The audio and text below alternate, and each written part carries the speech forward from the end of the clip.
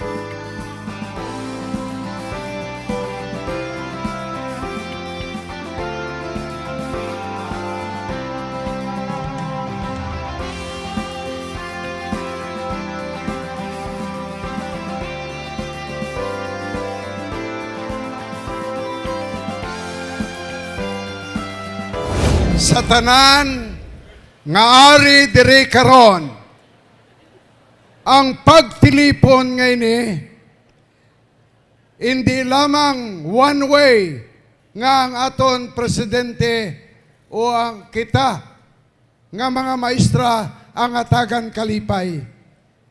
Hatagan naton sang kalipay ang aton presidente labi na gid karon nga gingrasyahan kita kay kaupod niya ang iya kapihak dugan.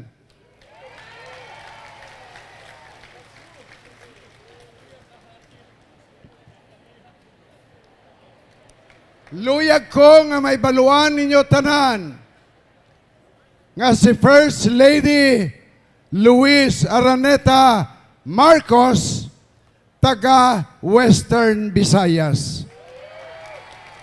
Ari na kita karon sa pinal nga istorya.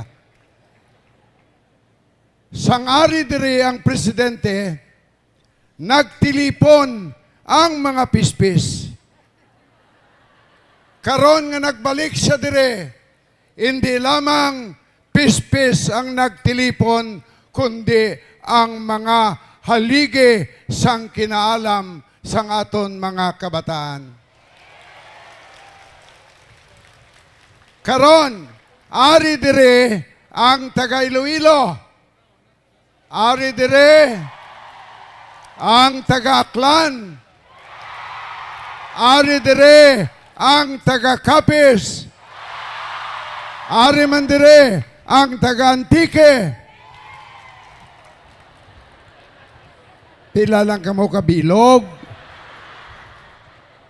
Gani, lantawon naton ang Gimaras, Ariman. Pasensya lang ga. Lantawon naton kung sinugid ang nagapalangga sa aton presidente. Kaysang nagkari siya dire, ang aton stadium daw maguba sa pamalakpak. Karon ang luyag ko, maglinog ang Western Visayas. Pero may konte sini. Ang mas matunog, amo ang tandaan ni Presidente Bongbong Marcos. Una, luyag ko nga ipabati ninyo, taga Iloilo, ang pamalakpak para kay Presidente Marcos kag sa iya tiayon. Baw, matunog, matunog, matunog.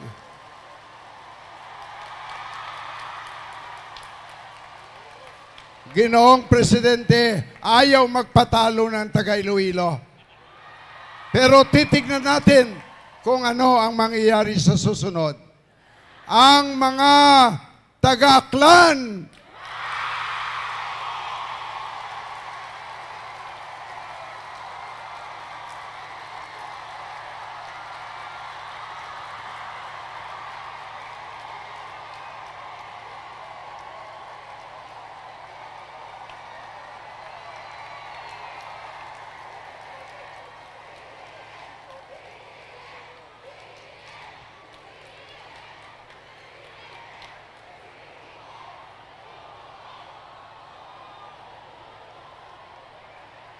alam niyo po, mahal na Pangulo, nung pagtawag ko sa mga guro na taga-Aklan, tumayo si former Governor Joven Miraflores at ang kanyang anak na si Governor Joen Miraflores.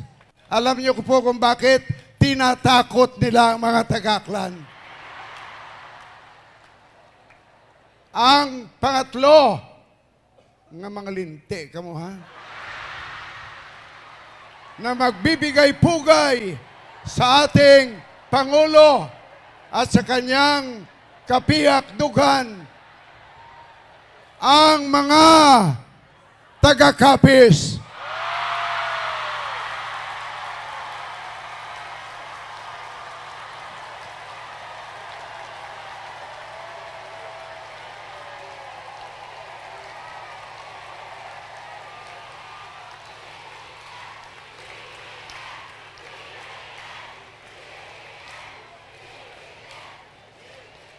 Alam niyo po, mahal na Pangulo at unang ginang, inilagay po nila talaga ang mga kapisenyo dito sa harap. Sa pag-aayos pa lang ng formasyon kung sinong nandito, may daya na ho.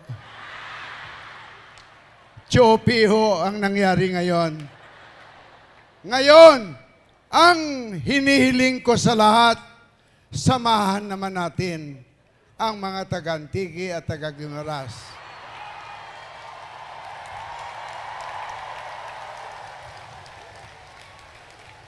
Pinal na palakpak na. Ugain nyo ang Western Visayas. Palakpak ng lahat. Nanoy na nga kung saan nga kamutanan na nagadulungan, naghinay naged. Abi, liwatan ninyo. 1. Kamo dira, upod kamo di. Daway kamo gihoda. O sige, mahal na Pangulo, hihilingin ko sila ngayon. Maglalaban ng palakpak sa iyo at kay Ginang Luis Araneta Roas. O, para kay Presidente Bongbong Marcos, palakpak. Sa kapiyak, tanawon tabi. Kaya man kamo nga mga babae, bias kamo eh. Lantaon naton para kay First Lady Luis Araneta. Way pagkani ko katapos, nagpalakpak na mo. Nadula ang Marcos nga apelido. Okay. Gani sa inyo tanan, nga mga maestra kag maestro, ano to?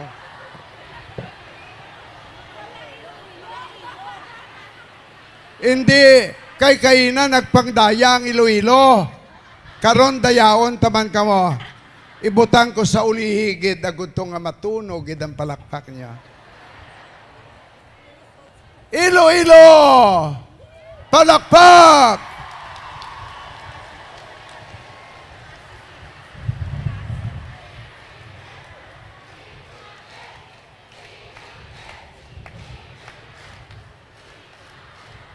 Updaman ninyo ang inyong kaupod sa Iloilo, Pasig City. Ano pa? Alam niyo po, mahal na Pangulo, ang pagtitipon na ito,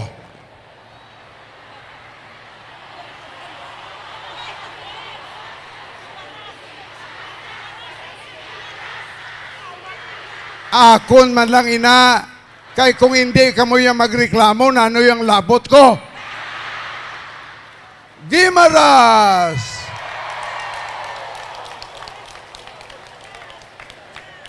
Tapos na, no? Wala na. Ayos na. Oh, may nagareklamo pa di. Pinakadako sa tanan. Iloilo City.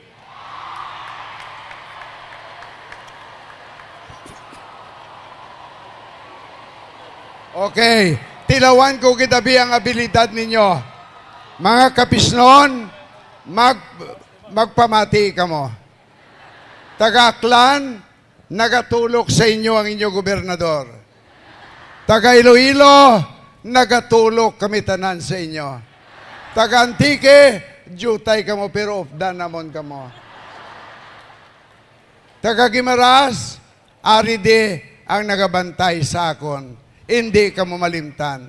Iloilo City, lantawon-ta ang abilidad ninyo. Ang palakpak tuya, mahinay lang to kada syudad, kada probinsya.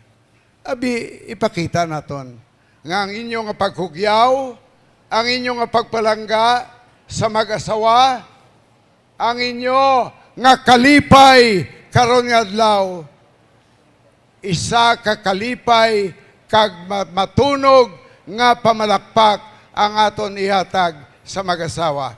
1, dunga na. 2, 3. Ayan po, mahal na Pangulo. Hindi po magsasawa yung mga yan. Kayo lang po ang magsasawa dito. Sanay na ho si Senator Rojas dito. Dahil kung walang palakpak, ako ang hinahanap ni mami niya. Gani sa inyo tanan, ang ining pagtilipon naton, isa kamaragtas nga istorya sang Region 6. Wala pa ini matabo sa aton kabuhi kung wala magpresidente si President Bongbong Marcos. Gapalakpak mo, mahinay man. Tuduhin nyo, be. Kung wala siya magpresidente, ang maragtas nga istorya sang mga maestra kag maestro nga nangin madinalagon sa ila kabuhi, wala matabo. Tumalagsahon ang ini nga okasyon, tumalagsahon ang ini nga pagtilipon.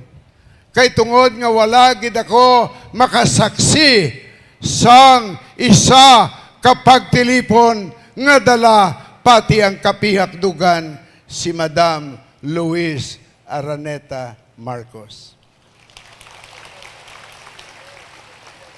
Mas talagang mapalad ang ating presidente.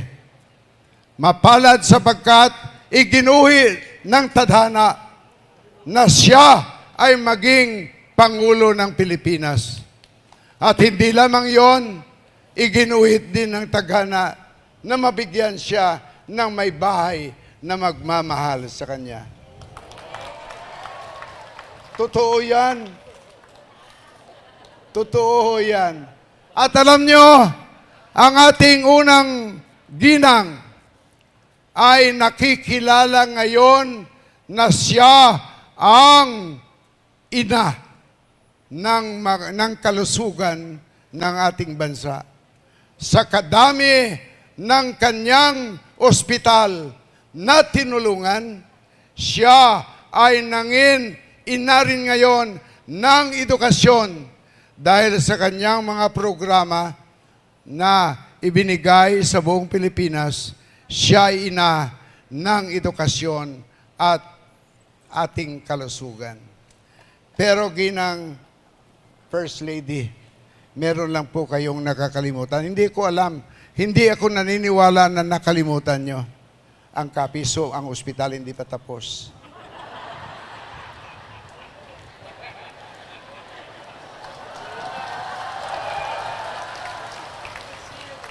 At saka yung ospital namin, 12 taon na ginagawa. Yan ho ang pinakamalaking ospital sa buong mundo. Kasi 12 years in construction hanggang ngayon, hindi pa natatapos.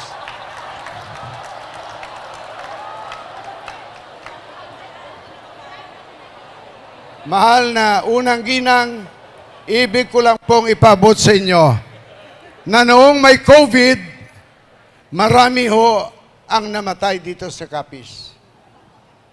Marami ang naghirap dito sa Capiz. Sapagkat kulang po kami sa doktor at kulang kami sa mga nurses. Pero ngayon ho, ay ami pong ibinabalik ang edukasyon ng nurses at nagtatayo po kami ng medical education dito. At matatayo po yan pag kayo po ay nandyan.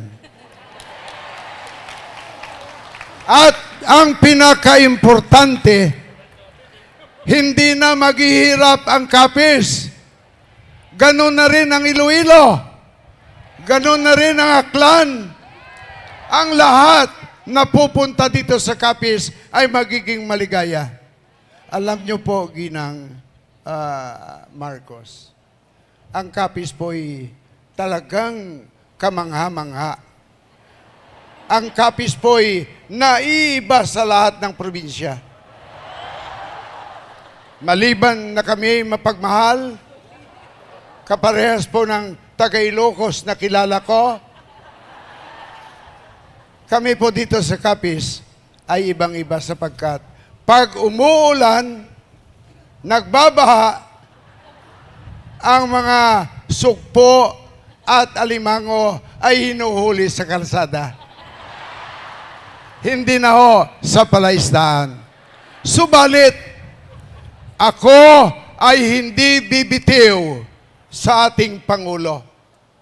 Ipinangako ko sa sarili ko, ito'y totoo. Si Presidente Bongbong Marcos ay mayroong mga salita na pwedeng panghawakan. Noong kami ay nagpulong kasama ang ibang gobernador sa Iloilo, sinabi ko sa kanya, Mr. President, hindi po ako gagaya sa ibang probinsya na masyadong mahaba ang listahan na kanilang isinumiti sa iyo. Ang akin pong isusumiti sa inyo ay isa lamang po, ang Panay River Basin Integrated Project. Kaya kayong mga taga-Iloilo, pwede kayong pumunta ng Capiz at Aklan anytime you want, kahit na maulan at kahit na masama ang panahon. Salamat. Ngayon, nagsabi ako sa Presidente, Mr. President, this project was conceptualized during the time of your late father. But he was overtaken by event. He passed away. Kaya wala pong parte ng Panay River Basin na naimplementa. Alam nyo kung anong sagot ng Presidente at ito ay pinaniniwalaan ko, ito ay pinanghahawakan ko, ito ay ipinabot ko sa lahat ng Capizenyo. Ang sinabi ng Presidente sa lahat, ang hindi natapos ng aking ama ay tatapusin ng kanyang anak.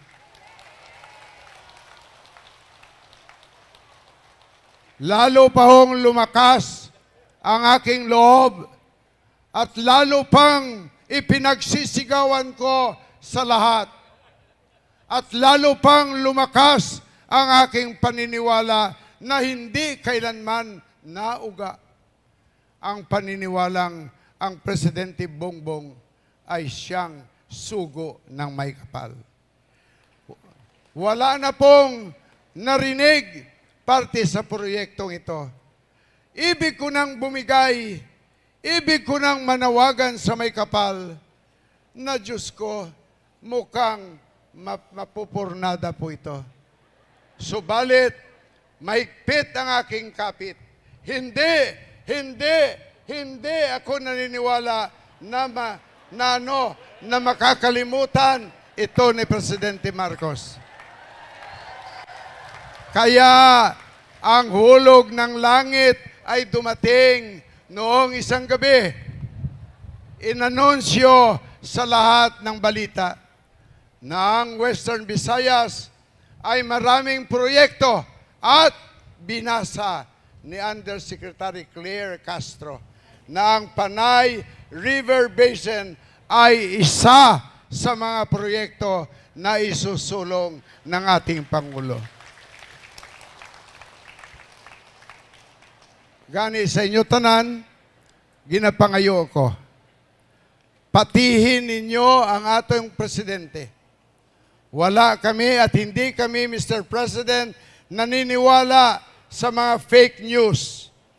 Hindi po kami naniniwala sa mga sabi-sabi sa daan. Hindi po kami naniniwala sa lahat ng paninira sa iyo. Dahil sa bawat paninira sa iyo ay pagsira sa sarili nila. Kami po ay kakapit sa iyo. Kami po ay hahawak sa iyo. Hanggang kailan ang paniniwala namin ay pag-aari ninyo. Gani ang aton presidente kagayatiayon sa uli nga kay gayunan inyo hatagan sang pamalakpak nga matunog. And now, ladies and gentlemen, madiretso na kita sa pinakakarni sang aton nga programa. Sa inyo tanan, mga taga-Western Visayas, basi magabot ang tama nga kay gayunan, ayaw gin ninyo pagpaslawi ining mag-asawa. Basi kagton nyo ang siko ninyo kung magsala kamo. Proteksyonan, patihon, panindugan sang sini nga mag-asawa. Kay ako, bisan nagaisa na lang ako sa kalibutan, ang akon tagipusoon sa aton mangyapon, Mr. and Mrs. President and First Lady Bongbong Marcos and Luis Araneta Marcos. Karon na ang oras sang pagsumpa ninyo. Pero dalon ninyo sa pagpanumpa ninyo. Hindi lamang ang posisyon nga inyo naagom tungod sa programa nga ginpirmahan, kag ginaprubahan ni Presidente Marcos. Dalon nyo sa inyo pangamuyo nga hatagan sang maayo kag mapawa nga buwas damlag, maayo kag mapawa nga direksyon, maayo kag mapawa nga karsada ang alagyan sang administrasyon ni Presidente Bongbong Marcos. Ladies and gentlemen, I give to you the President of the Republic of the Philippines, Ferdinand Marcos Jr. Mga mahal nating school heads and teachers, magtindog kita tanan. Please stand.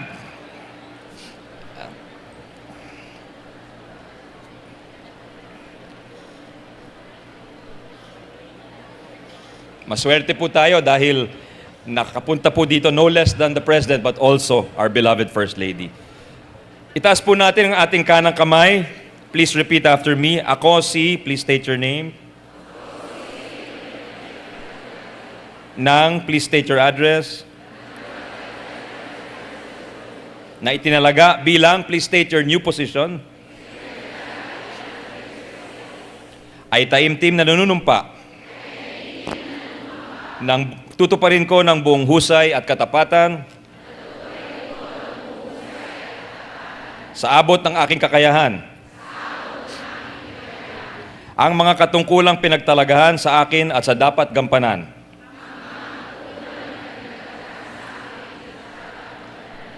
Sa iba pang pagkaraan nito'y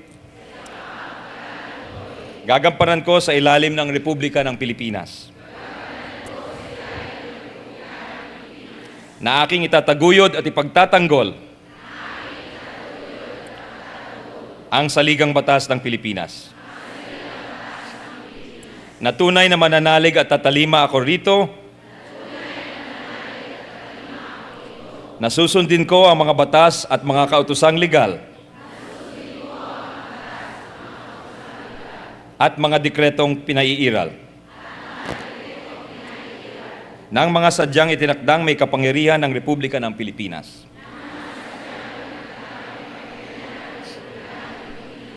At kusa kong babalikatin ang pananagutang ito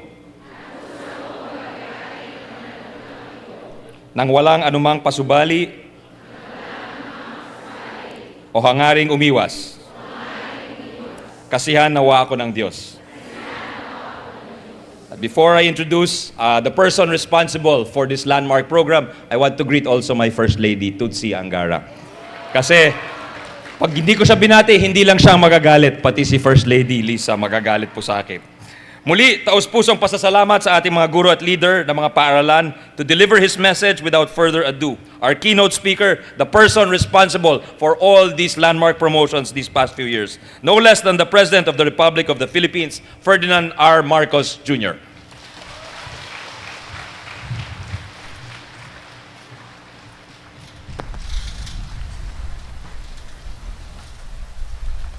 Maraming salamat sa kalihim ng ating DepEd, Secretary Sani Angara. Please, magsiupo po tayo.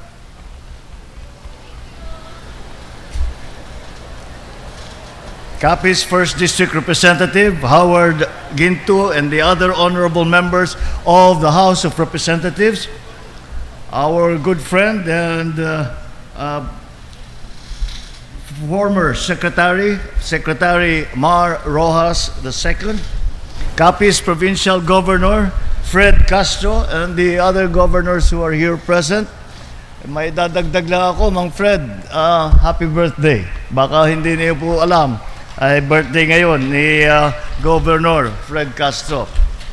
The Rojas City Mayor Ronnie Dadivas, of course, those who did all the work to make this a success, all of the people from DepEd, the officials and the employees, and the guests of honor.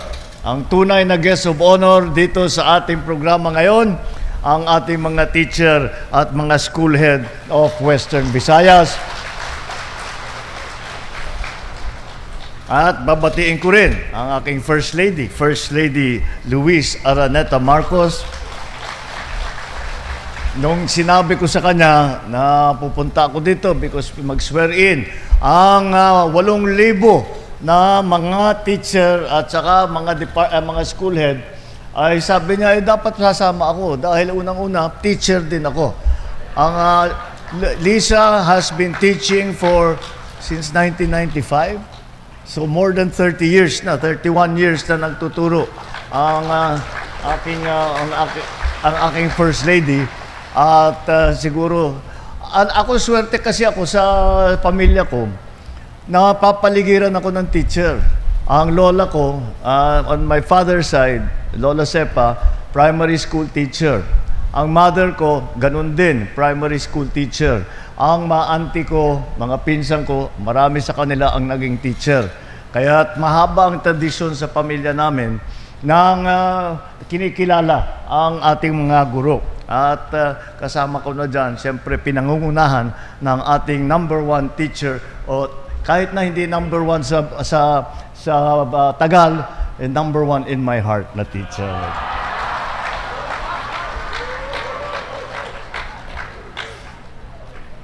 Hindi ko sinasabi yun dahil may atraso ako. Talagang I mean it. Aking mga kasamahan sa pamahalaan, distinguished guests, ladies and gentlemen, good morning, maayong adlaw sa inyo tanan. Maraming salamat sa napakainit na pagtanggap ninyo sa amin. Noong huling bisita ko rito, nag-abot kami ng tulong sa ating mga kababayan na kapisnon. Kabilang ang mga masisipag na magsasaka at mga mangingisda dito sa inyo. I am fortunate today to be surrounded by people who are just as dedicated and hardworking, our teachers and school heads. We gather here today to recognize and to celebrate the years that you have devoted to teaching and to serving our young people. And when you serve our young people, you are serving the future of our country. So this moment is about dignity in your profession, clarity in your path, and momentum in your careers. Ngunit kasabay ng pagdiriwang na ito, kinikilala din natin ang mga hamon na hinaharap ninyo sa inyong propesyon. Alam naman natin na sa mahabang panahon, mabagal ang pag-unlad sa propesyon ng ating mga guro. Sa kabila ng inyong sipag, kakayahan, dedikasyon, kailangan pang maghantay ng taon at kuminsan dekada upang umangat ang ranggo mula sa Teacher 1 patungo sa Teacher 3 dahil limitado lamang ang posisyon. Unfortunately, some teachers were forced to leave the classroom and the profession that they chose with passion. Because when the progress takes too long and the opportunities are scarce, the system is not fair. And that is what this administration immediately recognized that it had to be changed, so we took action to address it.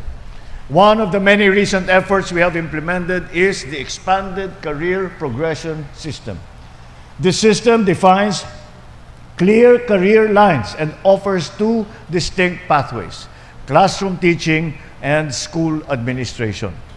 Whether you remain in the classroom or you take leadership roles in school management, that choice is now up to you. It is your choice. Mas pinalawak ang inyong oportunidad sa pag-angat ng akma sa inyong kakayahan at piniling trabaho. Hindi na kailangan antayin ang tamang pagkakataon dahil ngayon ang sistema na mismo ang magbubukas ng pinto para sa inyo.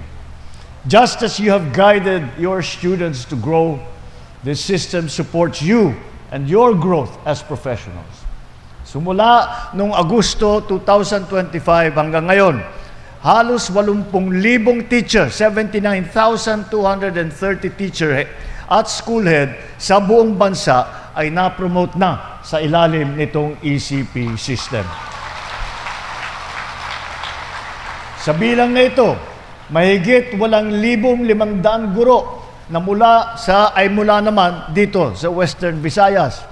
Kabilang dito ang 124 na guro na malapit na magre-retire pero nag-aantay pa rin ng kanilang promotion.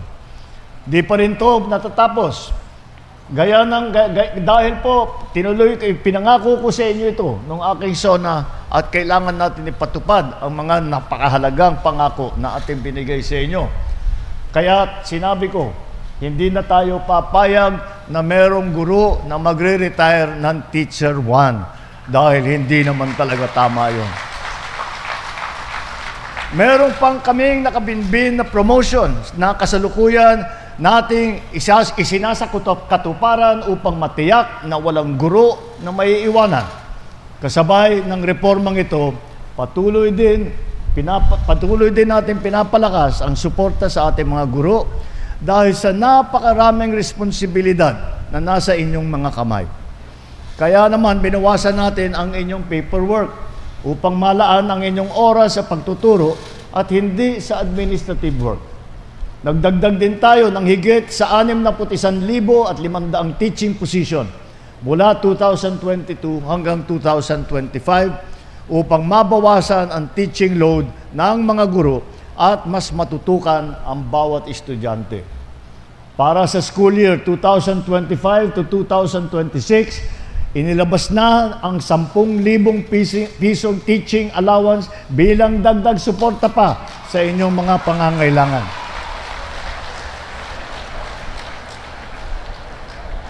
Kamakailan lamang sa pakikipagtulungan ng DepEd at saka ng Pag-ibig, yung Pag-ibig Fund po, binibigyan na rin ng priority access sa abot kayang pabahay ang mga guro at DepEd personnel. Isasagawa ito sa pamamagitan ng housing fair sa buong bansa kung saan mas mapapabilis ang inyong aplikasyon, magkakaroon ng loan counseling at iba pang serbisyo na makakatulong sa inyo upang naman kayo ay magkaroon ng sariling tirahan at sariling bahay.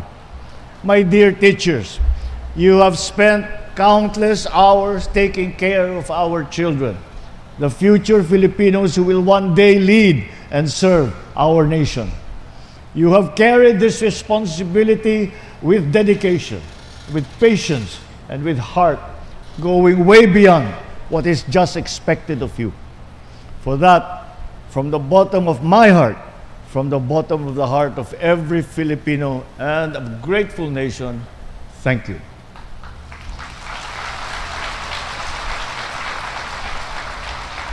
Asahan ninyo mga ma'am, mga sir, na ang inyong pamahalaan ay hindi titigil sa pagkilos upang matiyak na kayo ay naaalagaan, nabibigyan ng pagkakataong umunlad at kinikilala sa inyong serbisyo.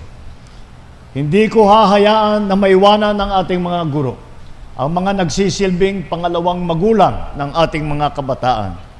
And so as you have taken your oath today, carry with you both your personal duties and the noble duty of being the builders of our nation's future.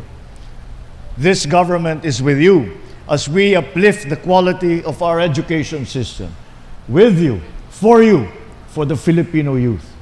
Madamo gid salamat sa inyong tanan. Mabuhay ang ating mga guro, mabuhay ang bagong Pilipinas.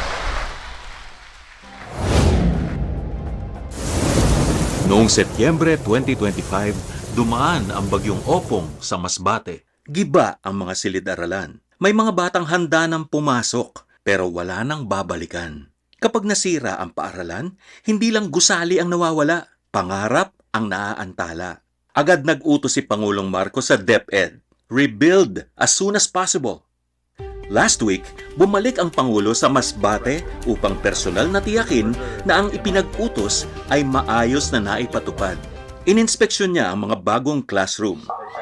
Siniguro na ligtas at handa para sa mga bata. Sa loob lamang ng 2 linggo, naitayo na ang Learning Continuity Space. Mabilis na tinapos at may warranty na 20 years. Matibay, maayos, maginhawa.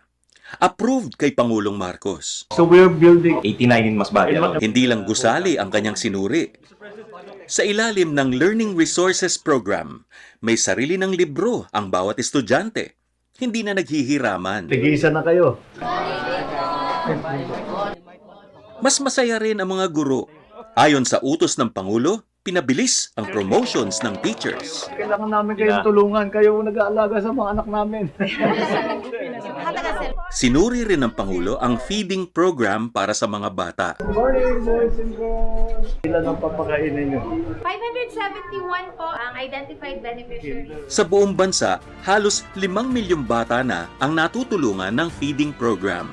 Mga classroom na mabilis na naitayo, mas maayos na promotion program para sa teachers, at masustansyang student feeding program.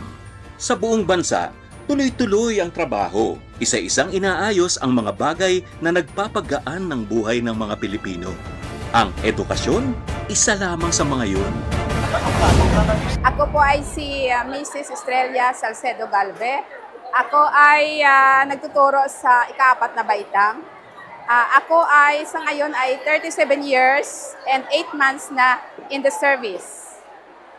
Bago ako na-promote sa teacher 6, teacher 3 to teacher 6, mga teacher 3, 6 years na po ako at saka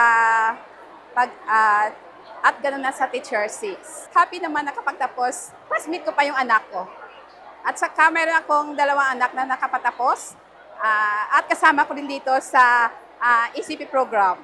Lubos na pasalamat sa ating mahal na Pangulong Ferdinand Bongbong Marcos at sa ating DepEd Secretary, Senator Sani Engara.